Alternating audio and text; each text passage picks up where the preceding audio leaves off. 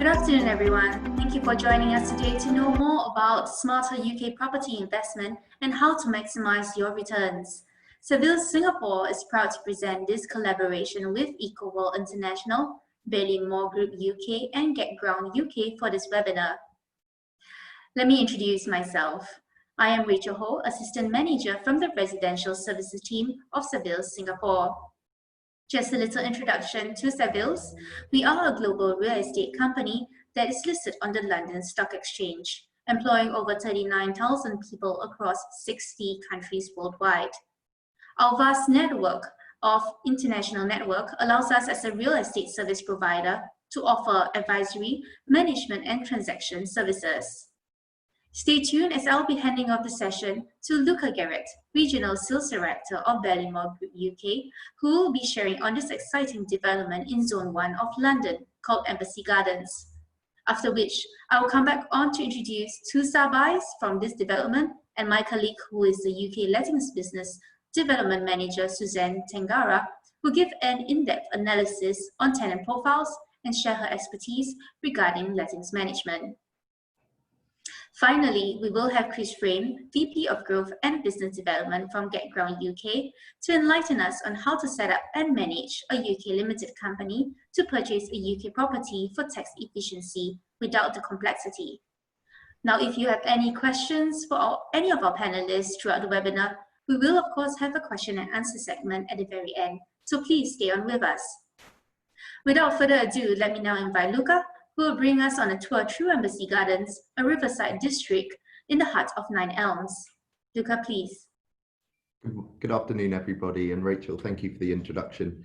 My name is Luca Garrett. I'm the Sales Director at Ballymore, and I'd like to introduce a joint venture development by EcoWorld and Ballymore called Embassy Gardens.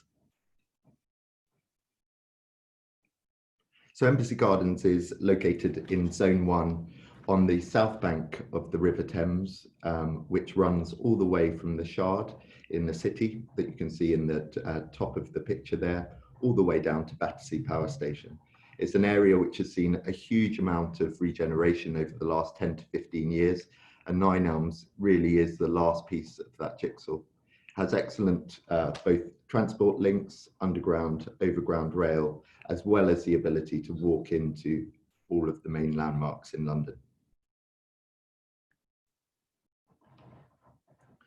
So just talking of the location, we're a short walk away from Vauxhall Station, which provides direct access onto the Victoria line and connections to the Jubilee line, as well as the soon-to-be opened extension of the Northern line, which is the Nine Elms and Battersea stations, which are a 2-minute walk away from Embassy Gardens.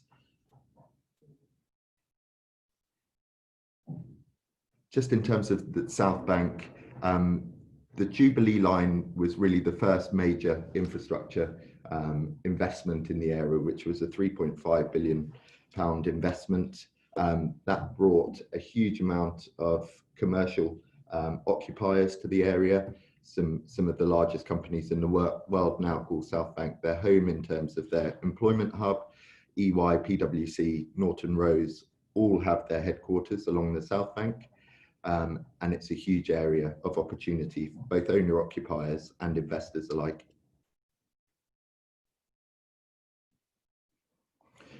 Just looking at Nine Elms, it's 561 acres in total. It's going to provide 6.5 million square feet of commercial space, 25,000 new jobs, and is walking distance into the West End and major employment hubs of London.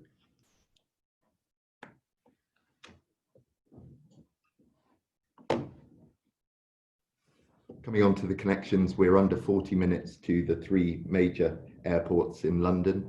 The Northern line will provide direct access into London Bridge within 9 minutes, and the Victoria line as well into the West End, into Green Park within 5 minutes.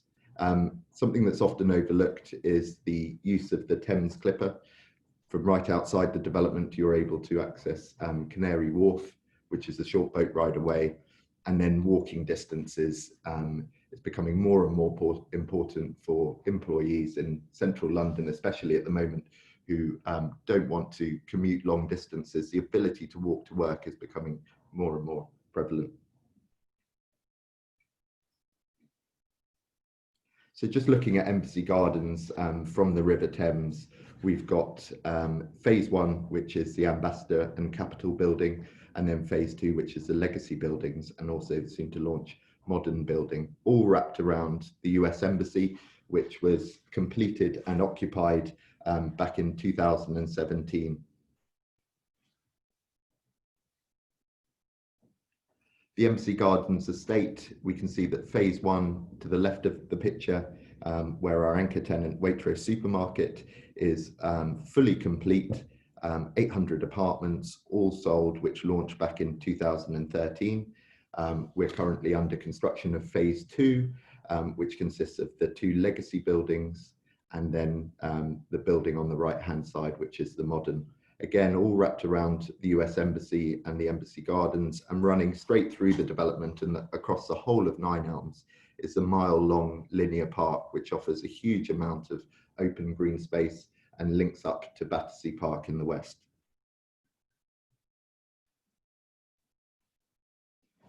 Just looking at some of the amenity and offering as a resident at Embassy Gardens. Becoming a resident provides you access to the Eagle Club, which consists of a 24-hour concierge in our super lobby, which is the top left picture, as well as a number of different entertainment and flexible working spaces.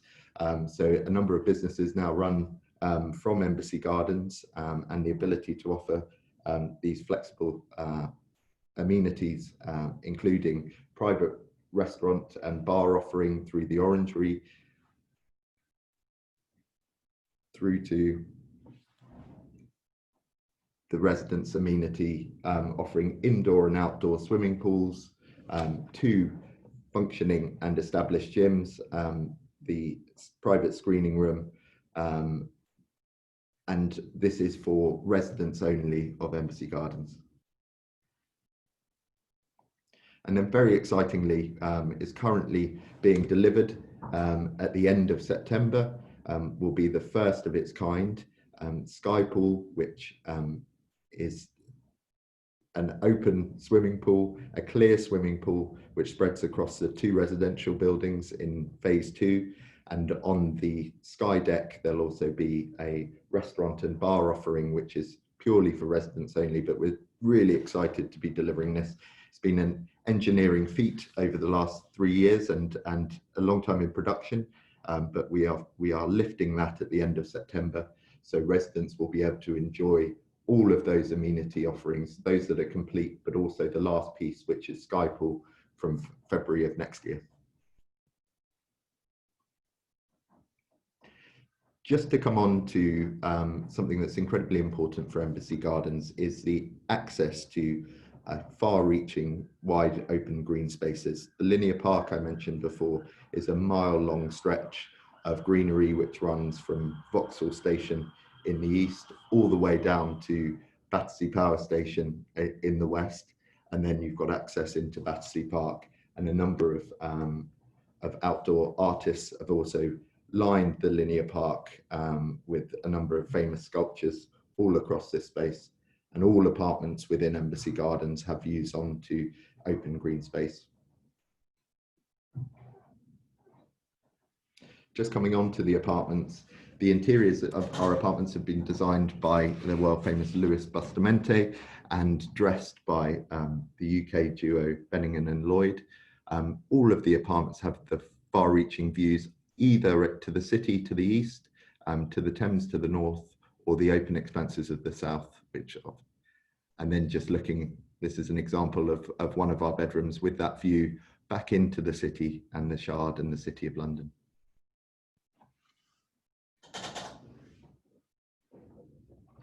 Again, we are, as part of Embassy Gardens, delivering over 120,000 square feet of retail, and everything that you can see in the picture is up, running and operational, from our anchor tenant Waitrose through to fine dining, which can be found at Derby's restaurant, through to a concept cocktail bar, The Alchemist, which has a number of locations now in London, and through to our beauty and spa offering at Linnean, art galleries, and further gym at Static Fitness. Something that's often overlooked at Embassy Gardens is the amount of office space that's being delivered within the development. So at 1EG, 150,000 square feet of new office space has been fully occupied by the publisher as their headquarters, Penguin Roundhouse, and they moved in at the end of last year, and 2,000 of their employees now work at Embassy Gardens. And then currently under construction is EGHQ, which will provide another 220,000 square feet. So in total, about 3,500 people will be working at Embassy Gardens. So in terms of investment tenant pool for the residential component of the development, it's incredibly strong. And then just coming on to the sort of social aspect of Embassy Gardens, these are all pictures of our residents currently on site. Embassy Gardens is a new and thriving community, one that's been established now for over 5 years, but we are now coming to the end of the development, and with the last remaining residential opportunities within the legacy buildings. So thank you very much for your time. I'm happy to take any questions after, but I'll hand back over to Rachel for now. Thank you very much, Luca. Now let us take a look at a video that showcases how it is like being in a community that is living in this wonderful development that Luca just described.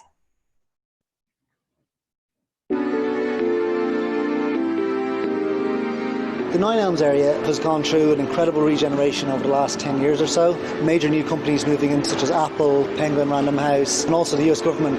The thing about being on the Thames is it gives you such a distinguished quality. Regeneration areas like Nine Elms, they always take quite a long time to kind of gain momentum, and you know, all of a sudden you come down here today and actually, you know, it's already happened and things are already here. It's got super degree of connectivity, cycling and the river and the bus routes. The tube line is coming along, they're opening the stations pretty soon. Got great restaurants and coffee shops, great businesses moving into the area. The whole area has come alive. There's been a real transformation. I love being a part of that.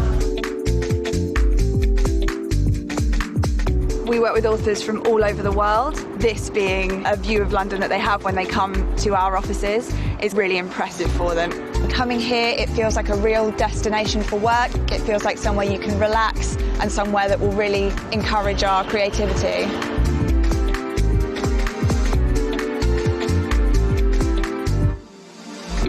In London in particular, it's all about community, a particular area that their heart kind of belongs to. And I think Embassy Gardens really takes a new angle on that. It's extremely exciting is that we're building a brand new neighbourhood like New York's meatpacking district, where we're part of this old industrial area that's so linked to the city centre that it's just going to take off.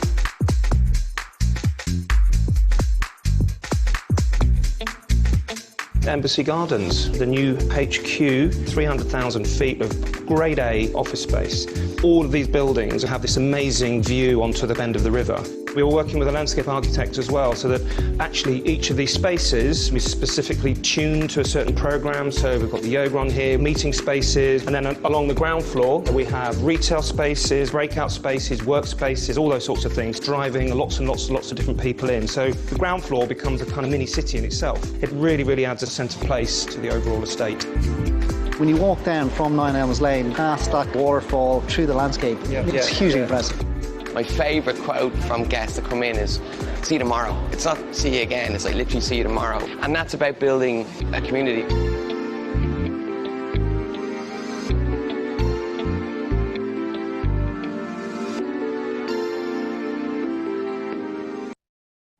Wow, what an exciting and inviting place to live in. Now, I'm sure keen investors such as yourselves out there are asking questions like, what is the price of a 1-bedroom apartment or 2-bedroom apartment in Embassy Gardens? Or maybe you're asking something like, what can I hope to achieve in terms of my ROI? For this webinar special, we have picked out 2 star buys to showcase to you. First off, we have Unit 3A1701 in Legacy Building 3. This is a lovely squarish layout 1-bedder with a generous size of 608 square feet as you can see in the floor plan here. The asking price for this unit is £1.105 million, and with an estimate rental of £650 per week, this translates to roughly 3.06% gross yield. In addition, as a Savills Singapore incentive, there will be an option to include a furniture package worth £8,575 plus VAT by David Phillips. Specially created for Embassy Gardens, David Phillips has created an elusive suite of furniture collections designed to reflect the contemporary nature of this development. Moving on to our second star buy, we are featuring this beautiful 2-bedroom unit 1A87 in Legacy Building 1. This is a 788 square feet squarish layout 2-bedroom apartment with 2 balconies, price point at £1.185 million. This commands an estimated rental of £775 a week. The gross yield will then be 3.4%, which is actually a higher ROI as compared to a one-bedder. For the furniture package incentive, it is worth £12,345 plus VAT for a 2-bedroom apartment, a wonderful value and cost savings to you as a smart investor. Of course, ROI does improve with further promotional price on these units featured, so please come speak to us at Savills after this webinar to indicate your interest, and we can share what discount levels we are able to offer, especially for you attending today's webinar. Now, as a foreign investor, especially one living in Singapore with the investment property purchased all the way in UK, you must be wondering what you really need to know about buy-to-let properties and how you can adopt a hassle-free lettings management for you to have peace of mind. Suzanne, who is also based in Singapore with me, will now take over and cover the lettings aspect of your investment. Suzanne, please. Thanks, Rachel. A very warm welcome to all joined in today's webinar. I am Suzanne, also from Savills, Singapore. Embassy Gardens was first marketed off-plan in Singapore in 2012, with first completions from 2015. Investors into phase 1 of the development scheme had very early first mover advantage, who realized capital gains greatly before the tax on capital gains on foreigners came into force in 2016. Not only customers of the developer will agree that the specification and finishes of the apartments exceeded their expectations for the really good price they bought at, tenants and occupiers, as I shall present, equally find Embassy Gardens to be a place they want to live in. So Embassy Gardens falls in the SW11 London postcode, this being in the southwestern part of central London. For 1, 2, and 3-bedroom units, these are very rentable with strong tenant demand. As a snapshot, from year 2016 to 2020, the current year, majority of 1 and 2 beds were let in 2019, which was just last year. Rental demand for 3 beds was also steady from first completions due to the lifestyle amenities that Embassy Gardens offers. Families or couple with a child can enjoy condominium-like living at Embassy Gardens. Next slide, please. Yes. So for rental, Embassy Gardens falls in the local authority of Wandsworth. Savills, having offices in Wandsworth, Battersea, Clapham, and Northcote, captures the wider area to Embassy Gardens in terms of the lettings market. So who are our tenants? You will see that UK nationals are still the majority in terms of renters, and across all rental budgets from £400 per week to £600+ per week. For rental at more than £600+ per week, the demand comes from foreigners such as from North America and Western Europe, which explains the international mix of residents at Embassy Gardens. More specifically, at Embassy Gardens and the Savills experience, there is an equal mix of students who bank from their mums and dads for rental from Asia and business owners. The tenants who rent at Battersea, Clapham, Northcote, and Wandsworth in the £600+ price range, as you will see, are those working in the finance and insurance industry, followed by arts and leisure as the second ranking sector. Wow, so Suzanne, maybe you can share with us, why do tenants like Embassy Gardens so much? Well, tenants like to rent here because for the same amount of budget, they can get much bigger space. So this is down to the affordability, which is a very high percentage, as you can see. A high proportion also rent due to their employment relocation, generally into London or specifically into Nine Elms and Battersea. So for example, if the tenant is not able to find any suitable properties in zones 1 and 2, they actually find Embassy Gardens offer much more value for money. It is not surprising then that most investors who have purchased are looking for good investment returns and holding as a medium to long-term investment, yielding good rental income. The population of ownership as investment is very high, standing at 79%. This high percentage actually goes to show that investors have taken a long-term view of this area and growth prospects. I think this adds further confidence in the current phrase, isn't it? And what is to come, I'm sure. So maybe Suzanne, you can share with us, what is the explanation for this high percentage of landlords purchasing as an investment?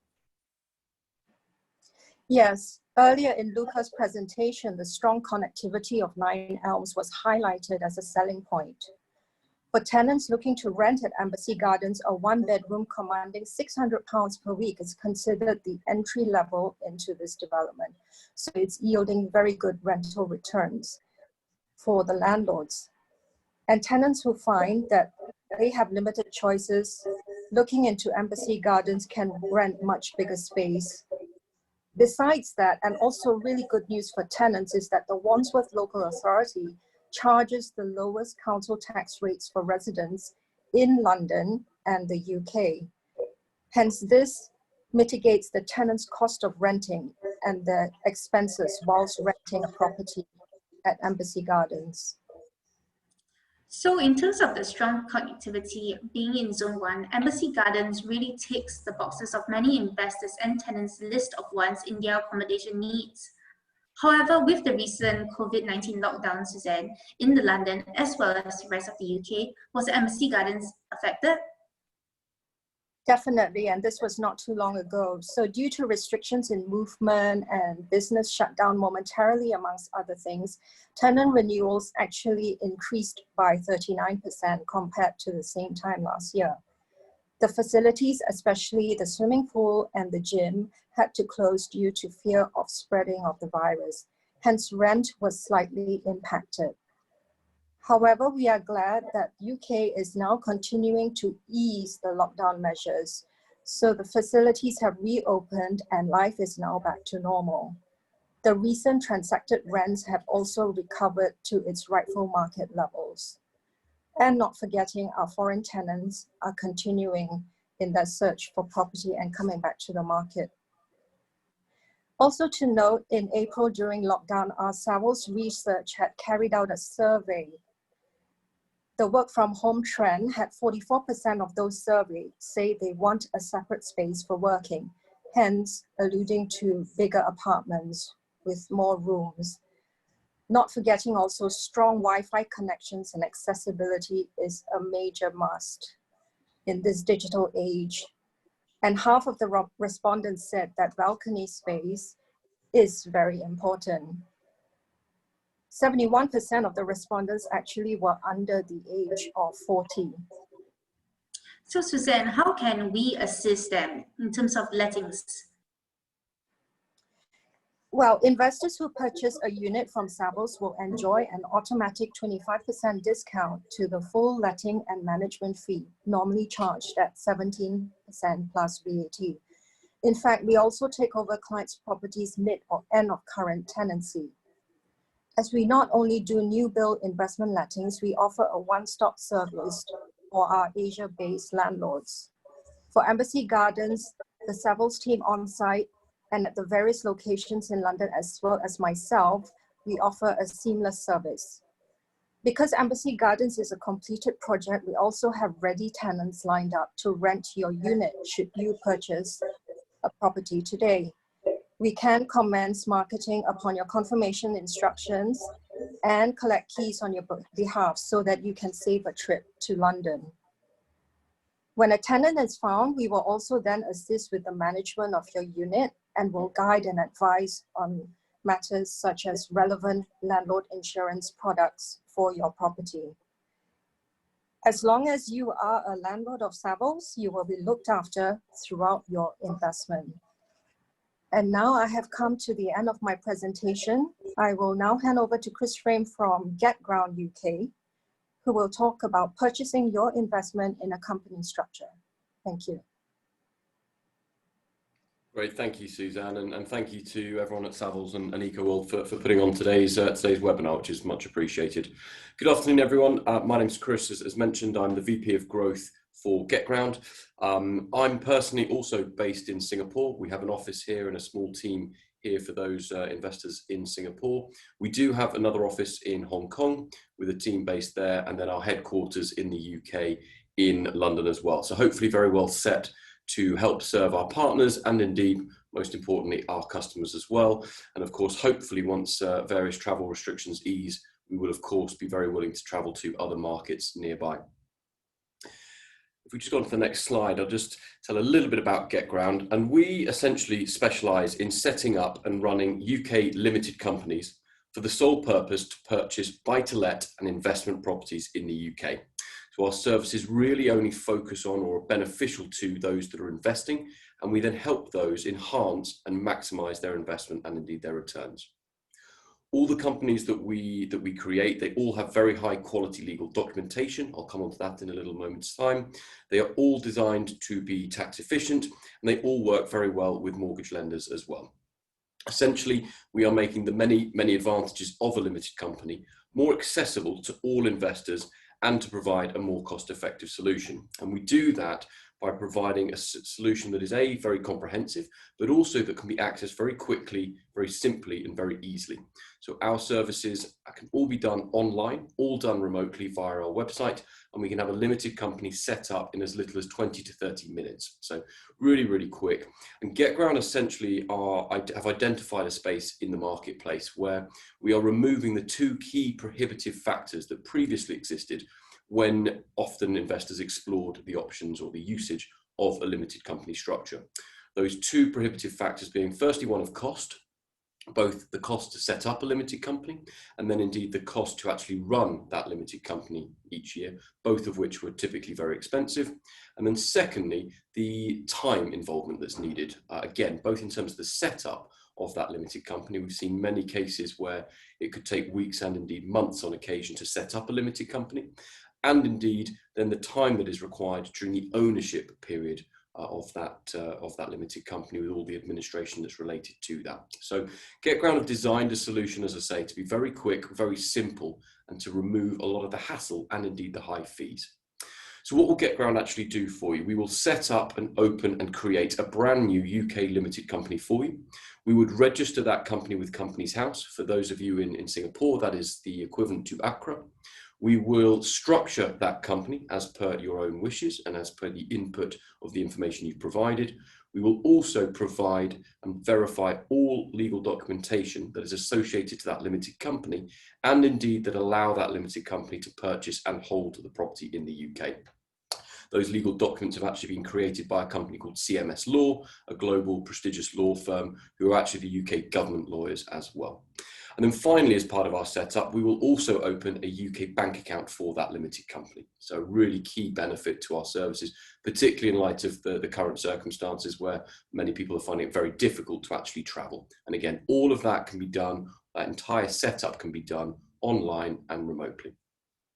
Thereafter, once that limited company is actually set up, we will take ownership of all of the management and all of the financial administration that relates to that limited company and indeed that property. And that includes all accountancy matters such as tax filing, tax auditing, bookkeeping services, company tax returns. We undertake the role of the company secretary as well. So anything needs to be documented, particularly For example, the withdrawal of income, for example, we will help provide that and assist with that. And we also act as the registered office address as well. So a very comprehensive service, and one that's designed to remove the time involvement needed for you, the shareholders of that company, whilst our platform also operates a very secure location for all of the original legal documents to be held, and indeed any other document associated with that particular property. So it might be the rental contract or indeed a mortgage deed. All right. If we could just go on to the next slide, I'll just talk a little bit about some of the benefits as to why investors have always been interested to use a limited company. And I think it's important to note that this has often been a wanted solution, i.e. to use a limited company because of the benefits that are applied. But as I say, typically the high cost, or previously I should say, the high cost and the time involvement has often put individuals off doing so. Very, very simply, limited company structures were designed for business and to make businesses far more efficient. And at its core and its most simple level, buy-to-let property is essentially a business. So actually very much the same principles apply as to where these efficiencies come from when using a limited company to purchase this investment and buy-to-let property. All right. There are a number of benefits that exist, and we very deliberately take a holistic viewpoint of these benefits. The one that typically gets the most amount of attention is the tax efficiencies. There are greater tax efficiencies, and that helps increase profits, increase returns for the investor. And I will come onto that in a little bit more detail later, just to explain where those tax efficiencies are created. But there are other benefits that arise, particularly now there is greater protection and indeed the reduced personal liability. The limited company structure that we open and we create for you has its own separate and legal identity, and it is that entity that actually holds and owns the asset, i.e. the property, but also importantly, it takes on all of its liabilities and all of its debt.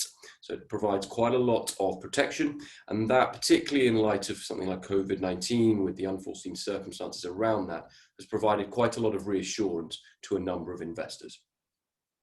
A limited company is also a mechanism that makes it very, very easy to buy and sell with multiple persons. Worth noting that all of the financial benefits of a limited company from those tax efficiencies exist regardless of the number of shareholders. But if you are looking to buy with multiple persons, a limited company can make that very, very easy. And the reason for that is that the limited company structures that we open have 100 shares, and those 100 shares are then divided between all of the shareholders that are involved within that limited company structure. So it makes it very, very easy to allocate a proportion of ownership to each individual and to each individual shareholder. A limited company also helps improve estate and inheritance planning. Very important to note that limited company structures are not there to be seen as tax avoidance schemes, but what they do is help create greater flexibility when it comes to managing and mitigating any potential taxes and high costs in the future. And I'm very happy to have some questions or later on about that, or indeed individual conversations to discuss individual circumstances with anyone that might be interested. And then just finally, there is now a well-developed mortgage market available for limited company structures. It is no longer seen as specialist lending in perhaps the same way that it was 5, 10, 15 years ago or so. In 2019 alone, there were over 30,000 buy-to-let properties purchased in the UK. That then undertook or took out the financing for that limited company. So as a result of that, a lot of lenders have innovated, a lot of lenders have moved into that marketing space, which generally has created a greater range of options available to those shareholders and to those limited company structures. On the right-hand side is a very simple bar chart that actually withdrawn or extracted from an audited tax example. And again, I'm very happy to share that with anyone after this webinar. But that audited tax example shows that the use of a limited company structure can increase post-tax profits by 52 to 66% using a company structure. Within that example and within that audited tax example, we have had to make a couple of assumptions just in order to ensure its accuracy. Those being a purchase price of £500,000, the taking out of a 70% mortgage, a rental income of £20,000 per year, the property being owned for 5 years with a property price growth of 3% per annum. So all very sort of cautious and conservative forecasts, and one that creates a very attractive solution when you actually look at the cost benefits and the cost savings. Now, if we just move on to the next slide, the cost savings and these increase in post-tax profits, tend to come about due to the tax efficiencies that I mentioned. So this slide just runs through some of those tax benefits and where those numbers actually come from and where that increase in post-tax profit arises. First and foremost, very important to note that if you are purchasing a property for buy-to-let or investment purposes in the UK, there is no difference to the stamp duty that you would pay either in your personal name or a limited company structure. It is a common misconception that a limited company structure would incur a higher stamp duty. That is only the case if you are using a limited company structure to buy the property for your own use. And as I mentioned at the very, very beginning, our services and really the benefits of a limited company are really designed and only beneficial to those investing, and at which point then the property or the stamp duty property tax would remain the same either in your personal name or that limited company structure. So no benefit and no disadvantage either way upon entry. During the ownership period, there are then two key benefits that arise using a limited company structure. The first of which, importantly, is that you still have the ability to deduct your mortgage interest from your UK tax bill. In 2016-2017, the UK government actually changed the regulation and it is now in its final year of being phased out. And in your own personal name, you can no longer offset the mortgage interest against that income that property is generating. Important to note that regardless of your nationality, regardless of your residency status, if you have an asset that is generating an income in the UK, you are liable for income tax. And income tax starts at 20% in the UK and can go up as high as 40 and even 45%, subject to the income that you are generating within the UK. Given that the mortgage interest is typically the highest associated cost when involved with this particular property, it is therefore a very significant benefit that using a limited company that you can then offset that mortgage against the income and therefore reduce the perceived profits that you are actually making. And that then leads into the second point, which is then that from those profits, it is then very simple, but also very efficient to withdraw income out of that limited company and extract those profits from that property investment. For those of you who are not based in the UK, there is 0% income tax on dividend income. Doesn't matter again of your nationality or your residency status. If you are a non-UK resident, there is 0% income tax applicable on dividend income. And as I mentioned earlier on, we will undertake the role of the company secretary, so we will help document this being withdrawn via dividend income. There is also a second option that is available to take money out of this property, and that arises from what's called an owner loan repayment. Now, this is commonly the method that's used by those investors or those residents who live in the UK. And the reason for that is that if you are a UK resident, there is income tax applicable on dividend income. However, by withdrawing the money via, again, that owner loan repayment route, you are actually paying yourself back a debt, i.e. you have lent the limited company some money and therefore you are simply withdrawing that money to pay back a debt. It's therefore not viewed as income and therefore can be done without incurring any income tax. Now, both of those options are available for non-UK residents, but typically non-UK residents would withdraw income via the dividend income, as I say, with 0% income tax, and the UK residents would tend to withdraw via the owner loan repayments, which also don't incur any income tax. Upon exit and upon sale of this investment, there are then again two key benefits that arise when this materializes and when you get to that point of actually looking to withdraw out of this investment. Firstly, there is capital gains tax. Now, again, regardless of your nationality, regardless of your residency status, if you own an asset in the UK that increases in value, you will be liable for capital gains tax. And in your own personal name, that is either 18% or 28%, subject to the value of what that gain is and any other income that you've derived from the UK in that year, and depending on the value of that. So it just depends on which tax bracket you fall into. If you use a limited company, there are actually two options that are available when you come to sell or when you come to exit that investment. The first of which is that you can sell the shares of the limited company and therefore with it the property, given that the limited company technically owns that property. So you actually sell the shares of the company. And in that scenario, there is a reduced capital gains tax. And that is a reduced capital gains tax to either 10 or 20%. So an 8% saving regardless of the tax bracket that you would fall into. In addition, in that scenario, you also have the benefit to potentially increase your price. And this is the fourth column or the fourth row down, whereby if you sell the shares of the limited company, the incoming buyer will not need to pay any stamp duty on that purchase. And therefore it allows the potential option to further negotiate on indeed the selling price. Now, most investors we've seen tend to try and split the difference of what the stamp duty would have been.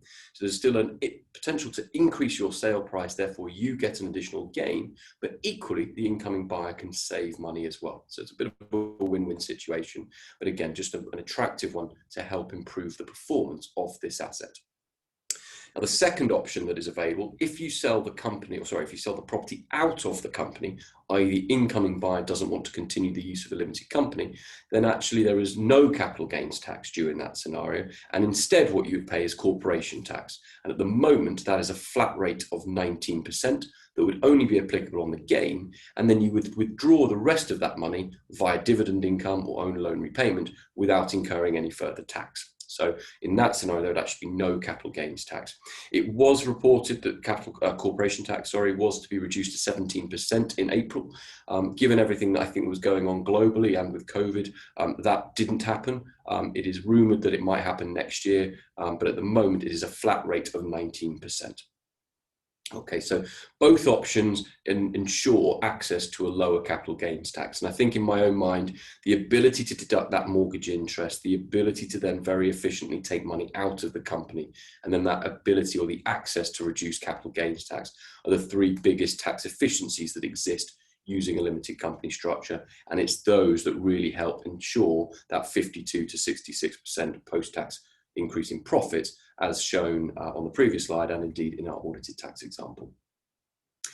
If we just go on to the next slide, which is actually my final slide, just to give you a little bit of details about our costs and indeed our fees. Now, we have a very simple, very transparent fee structure. We have a one-time setup fee per limited company, which is £500 plus VAT, so £600 in total. And that includes all of the services that I mentioned earlier on regarding the setup. So that is the opening and the creation of that UK limited company. It's the registration of that company with Companies House.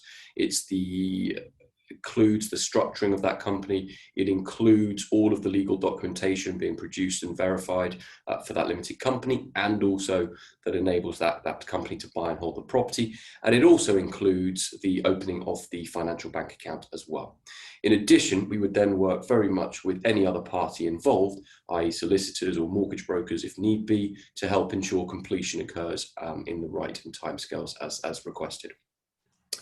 Thereafter, we have the ongoing financial administration and that financial management services that we offer, all of the accountancy, all the tax filing, auditing, bookkeeping services, the company secretarial services, the company registered office address, etc. And that is a simple £20 plus VAT per month. So you can run this UK limited company for £240 plus VAT per year, so that's £288 in total, and essentially work out about 8 to 10 times more cost effective than the traditional alternatives.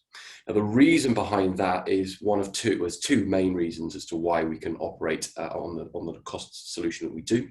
Firstly, we are actually a technology business at our core. We're a technology business that operates within the property space. And it is that technology that allows us to automate an awful lot of the process that's involved when it comes to firstly setting up a company and then indeed the ongoing financial administration. And because we therefore automate a lot of the process, we're able to keep our own costs low, which we then in turn pass on to our customers. The second reason behind that is that the UK government are actually one of our investors. So just like any other investor, the UK government have actually invested into GetGround. But one of two reasons. Firstly, they quite like what we do as a business. But secondly, and more importantly, they view what we do as a way to help professionalise and regulate the buy-to-let industry, which is a key agenda and a key criteria for the UK government right now, particularly in light of recently, for the first time ever, there are now more people renting in the UK than actually own a property, which is why as investors, we all like the UK property market. But that want to professionalise, that want to regulate, to create greater trust in the marketplace, the government see limited company structures as a part of that process, hence why they've invested within that. And from that investment, it's allowed our platform to plug into Companies House at the front end, which is where the creation side happens, and also into HMRC, which is the UK government tax division in the UK, at the back end. And again, that has allowed for even further automation, which again ensures that we can keep costs very, very low and therefore pass that on. That concludes my presentation. I'm obviously very happy to answer any questions at the end of the session, but I'll pass you back over to Rachel for now. Thank you very much, Chris. That was really very informative, and I'm sure the audience have a lot of questions for us now. As we have come to the end of our webinar, this is now the Q&A portion. Please feel free to type any questions you may have in the Q&A chat box below. I would also like to take this time to highlight to our audience that we will be having a private event at our Savills offices from tomorrow onwards throughout the weekend from 11 AM to 5 PM. This is a one-to-one meeting by appointment only, so if you are keen, please scan the QR code you see on your screen now to secure a slot and to avoid disappointment as there are limited slots available. All right, so for now, let's start off with the first question of the day. Let me just bring up the chat box here. Okay, so Mr. TL was asking, what is the current occupancy rate and what is the ratio of owner-occupied versus tenant-occupied units? Suzanne, do you have an answer for that? Yeah, thank you for that question. Actually, I will need to come back to you on the exact figure, but I would reckon that it is very high percentage of occupancy, more than 50% at least, because these are heavily tenanted properties. So leading on to the question about the ratio of owner-occupiers versus rented properties, again, because this is more of an investment geared product, a lot of the landlords have rented these units out. So I would also expect the percentage to be quite a high figure, but I do not have that exact figure, so I will need to come back to you, Mr. TL. Sorry about that. Right, Suzanne, I think also he was just asking what's the average time that you've taken to find tenants? Right, as soon as we launch the property on the market, we can pretty much get the inquiries coming in within the week. So for example, if you're buying a completed unit now, when you've exchanged contracts, it will be good to speak with us about the letting arrangements so that we can start soft marketing before doing viewings. And so this minimizes the void period from when you collect keys. We will be able to use, with the approval of developer, the CGI images, and because your unit is ready, we will also arrange for photography and floor plans to be drawn up to commence marketing, both on the internet as well as at our local offices. So I would say, give it 1 to 2 weeks maximum, you should be able to find a tenant, if not before. Okay, thank you very much. So we have another question from Mr. Eric Chan. He asked, can you share more about the letting demand for Embassy Gardens? I think it was similar to the question earlier on. He mentioned that a quick search threw out more than 200 plus unique letting listings. Also, how is the condition of the units on sale given that the project has been completed and empty for 5 years? I think Mr. Chan, just to note that this current phase in Embassy Gardens is actually phase 2. So it was actually completed in 4th quarter of last year, 2019. And it's not actually empty for 5 years, just empty for a couple of months. But Luca, do you have anything else to add as well into this? Yeah, of course.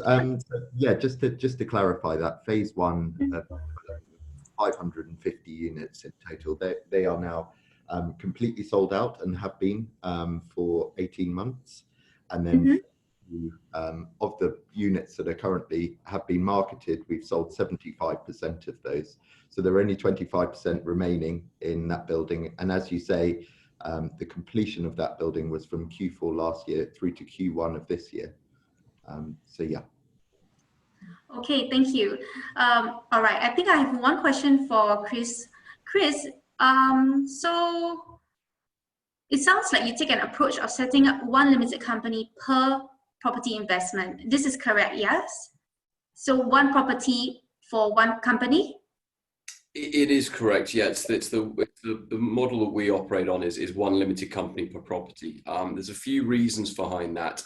Firstly, it comes down a little bit to our costs, and I mentioned obviously we are relatively low cost in comparison to the traditional alternatives, and sort of 8 to 10 times cheaper than those. And the reason we then operate on the one property per company is because of those low costs. It actually makes commercial sense to set up on that basis, because there are then actually financial benefits that arise from using that approach, particularly on the capital gains tax. So I mentioned that there's two options when you sell a property that's owned in a limited company: the selling of the shares or selling the property out of that limited company structure. And by owning one property in each limited company, you ensure access to getting that lower capital gains tax. If you own multiple properties within one company, you actually cannot sell the shares of an individual property. So you actually lose a lot of flexibility unless you are willing to sell the entire portfolio. So if you do want to sell one property, transfer another property over to a child, for example, you actually can't do that and ensure the capital gains tax savings if you hold them all under one company structure. So we do separate it out. We do have one company per property to ensure that the financial benefits are realized. It does also provide greater protection. Each company and each property then has its own essential legal ring fence, so it does ensure that protection. And then finally, and this isn't really a get ground reason, as say from our side of things, the reason we do that is to ensure the financial benefits are received by the shareholders.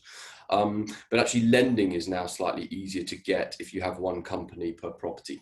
Some lenders, not all lenders by any means, but some lenders don't like one company holding multiple properties because it's not always very clear as to which asset is being used as security for that individual loan. So it just adds a layer of complexity which some lenders don't like. But the reason we do that, as I say, is to ensure that our customers and indeed the shareholders get access, the full access to the capital gains tax benefits. Just worth noting as well, we do have a sort of a portfolio package whereby if you buy more than 5 properties, thereafter you wouldn't pay a setup fee. So that ensures that we remain cost effective and cost viable within the marketplace. So, and those 5 units, I should say, could be bought over a period of time, all in one go. That's entirely flexible. But beyond that, there would then be no more setup fees.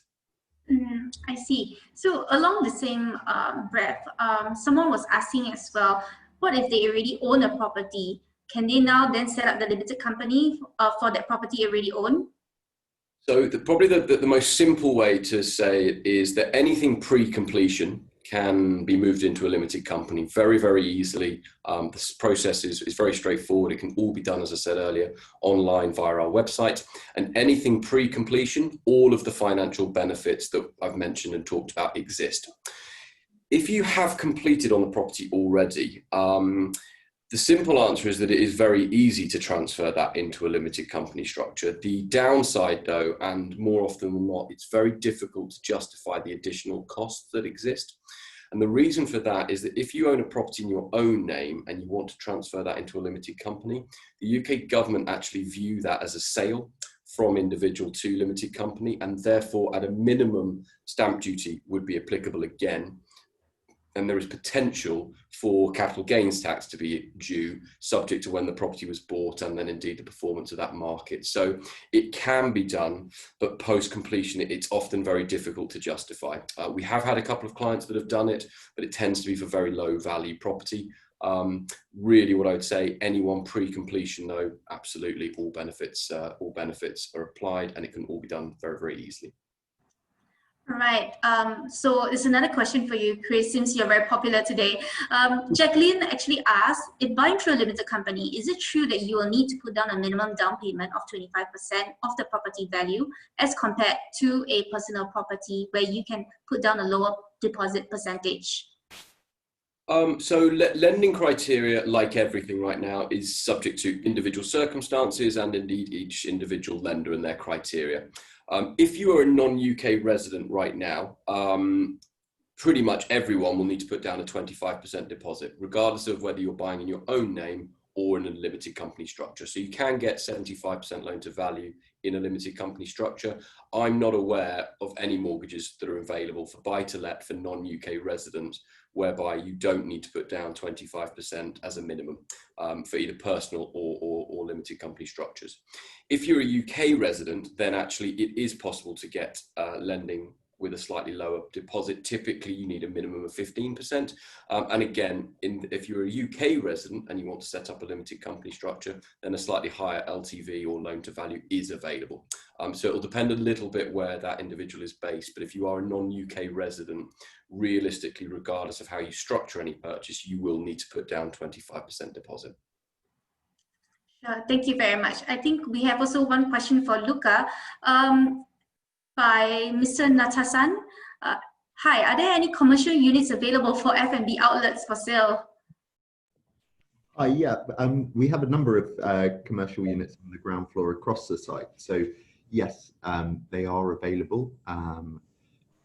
So yeah, we can have a discussion about that, and please put him in contact with me and I'll provide further detail. Thank you very much.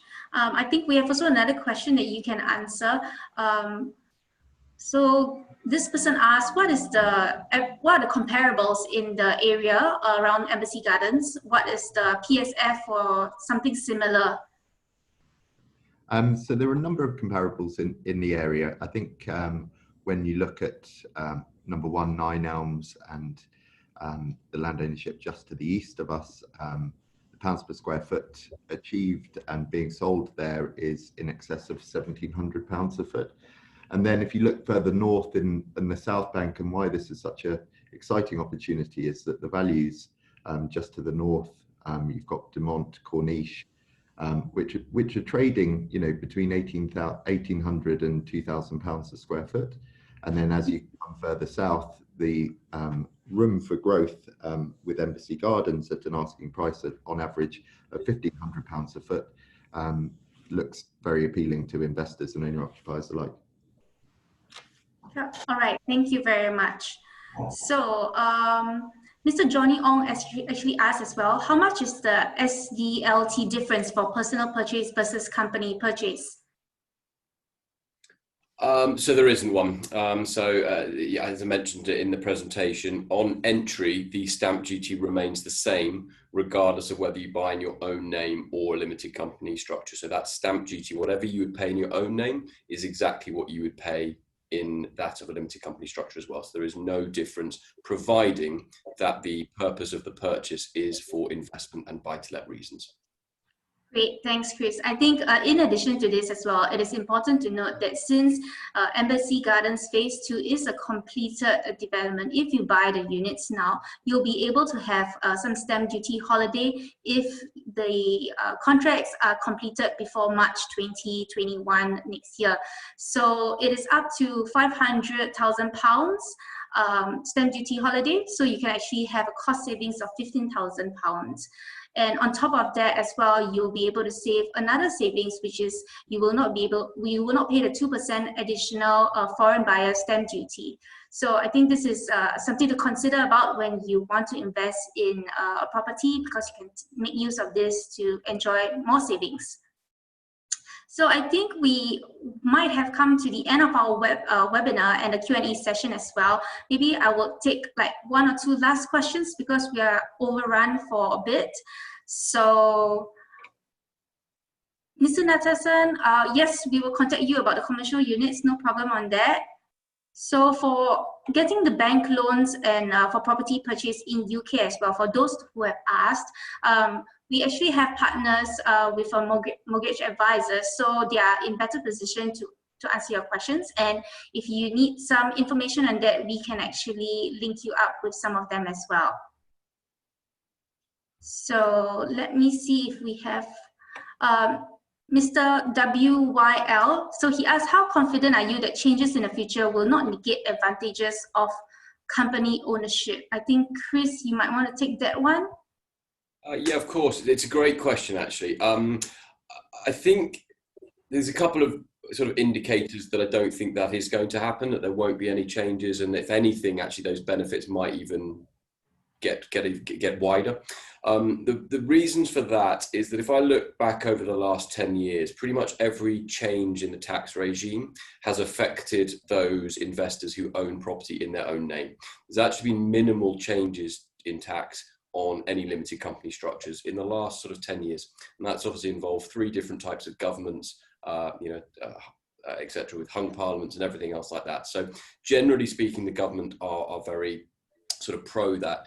And then it also comes back a little bit to the current property market in the UK. There is a significant shortage of property.